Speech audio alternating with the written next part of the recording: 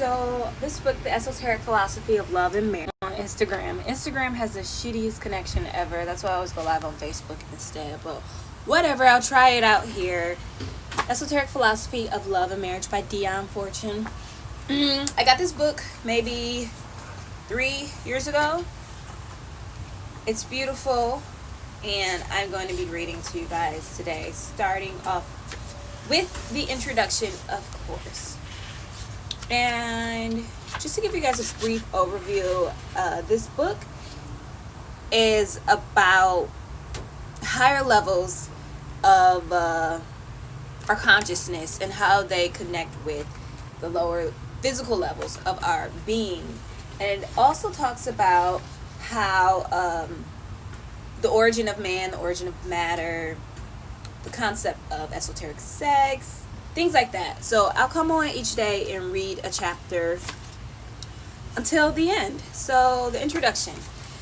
This book upon the esoteric teaching concerning sex is addressed primarily to those who have no occult knowledge of the subject but are seeking with open minds for information that may help them to solve the problems of life. To these it may be said, by way of explanation of the present treatise, that every race has a traditional secret wisdom which is never made public, but handed down on by word of mouth and manuscript to those who are considered worthy to receive it. This tradition stretches back in an unbroken line to the remotest antiquity, the streams of different racial traditions converging as they approach their source. The first section of the book is devoted to a brief outline of the esoteric doctrines in general, in order that the more detailed account of their teachings concerning sex may be comprehensible. The reader is recommended to grasp the leading ideas here put forth, and then try to express his own experiences and observations concerning life in the terminology herein employed, and see how far they are thereby rendered illuminating. Let him reflect that, if these ideas are true, certain results will ensue from contemporary occurrences. He should then watch for events in fulfillment of his anticipations, or the reverse. In this way, he will learn as much as about the practical application of the esoteric teachings as is possible for one who is not an initiate of any fraternities that hold the secret occult sciences. To those who already have knowledge of esoteric matters, some explanation is also needed, for the best-known books upon the subject have repeatedly stressed the danger of any form of sex magic and pronounced it in all of its forms to be uncompromisingly black and on the left-hand path, which is like dark, things that I don't fuck with, and you shouldn't either. This, as anyone who has had practical experience of the matter cannot fail to be aware, is absolutely true concerning certain aspects and applications of this great force upon its passional side. These aspects are touched upon in a later part of the book, in order that the unwary may be warned to avoid them. The Western occultist, however, diverges from the Eastern tradition as properly expounded in this country when he asserts the sex forces and their higher aspects are powerful regenerative agents. These aspects are entirely divorced from physical function and are of the mind and spirit. Madame Blavatsky, in that context of occultism, the secret doctrine, refers to this in the following words, page 449 of volume 3. For the production of alchemical results, such as the elixir of life and the philosopher's stone, the spiritual help of the woman was needed by the male alchemist. But woe to the alchemist who should take this in the dead letter sense of physical union. Such sacrilege would become black magic and be followed by certain failure. The true alchemists of old took aged women to help him, carefully avoiding the young ones, and if any of them happened to be married, they treated their wives for months before and after their operations as sisters. Though the doctrines of Eastern and Western schools of esoteric science are practically identical, their methods and training initiates are fundamentally different. working as I do upon different rays and under different masters. No disparagement is contained in this statement. All rays, in the occult sense of the term, precede the divine sun.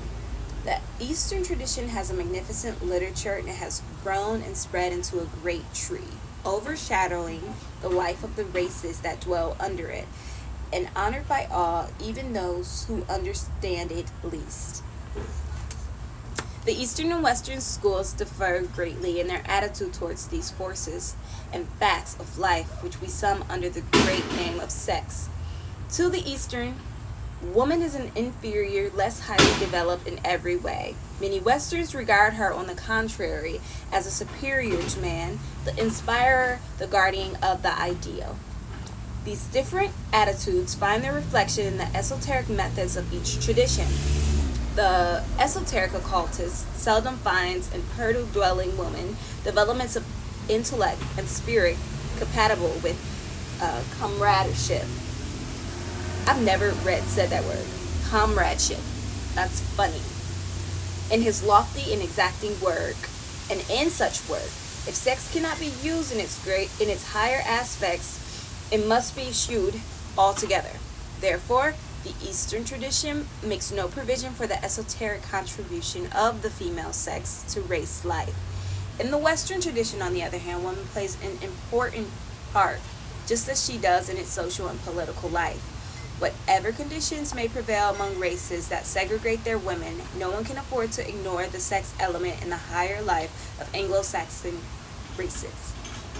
Many Eastern initiators have failed in their dealings with Western pupils through inability to appreciate the great importance of this element in the latter's lives. There may be sincere and lofty purpose and true wisdom to impart, but there is not always an understanding of the Western constitution. When the higher censors are awakened, and I always talk about that, from the waist and above, like, if you're, most people like function here down, not really up.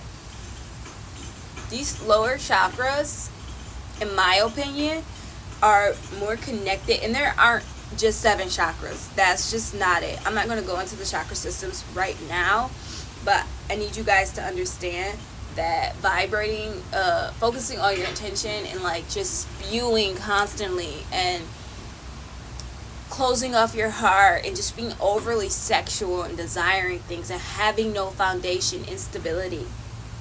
That's what she's talking about, the lower chakras here for me. And that's another huge reason why people doubt magic, even though our existence here is proof of magic. They doubt it because of their inability to connect to source. You guys hear the wind blowing? Source supporting you too. I feel like I should do like a chakra energy center healing course over the next few weeks. I don't have time to do it. It's just a thought. You guys, we all need to align our chakras so that we may function and focus properly here.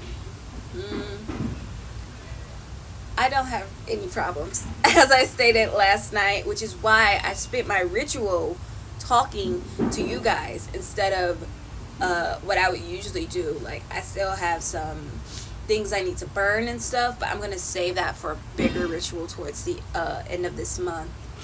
But no, I have everything I want. I've released everything that doesn't serve a purpose in my life or was just in my life to, I don't know, use my energy, just be associated with me. Who knows? People are strange. Not a great deal of information can be given in a book of this nature, but enough, no doubt, to serve as clues to those who are experienced.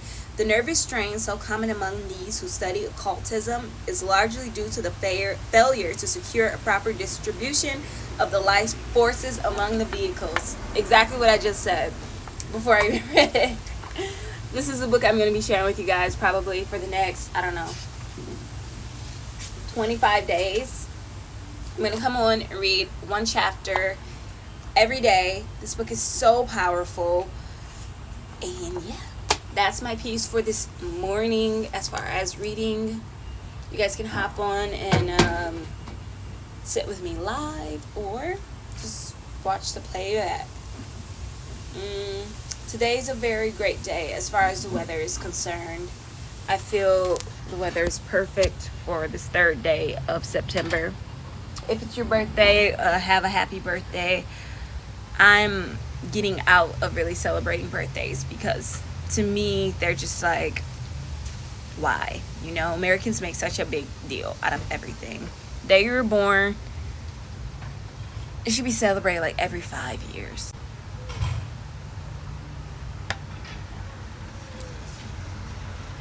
Yeah, we need to stop getting so attached to this elusive existence. We only came here to serve missions, literally. And all of us are so, not all of us, many of us, most, are so lost in the sauce. We don't even know what it is, you know? Everyone's so afraid to die. Like, dying is the greatest thing that happens to souls here, whether you realize it or not. The way some people go is very disturbing. I'm not going to say that everyone has a positive death experience, but for your spirit to be able to depart from here and return back to the realms where you can truly be who you are, it's a blessing. And I want you guys to know that just because people pass on, some people's spirits don't. Hey, Marcus. Some people's spirits don't pass on. Like, my grandmother's spirit is still here. There are many spirits still here. Like, they're just hanging out in different dimensions. You know what I'm saying? Dimensions we have access to but don't know how to tap into. We can't hear our loved ones giving us advice. We can't hear our guards and angels guiding, guarding, and protecting us because we're just so disconnected. But that's my piece for today. I'll come on every day, read a chapter from here. Everybody should be listening to this book. If you don't have it, you need it. All right, I'm gonna shoot.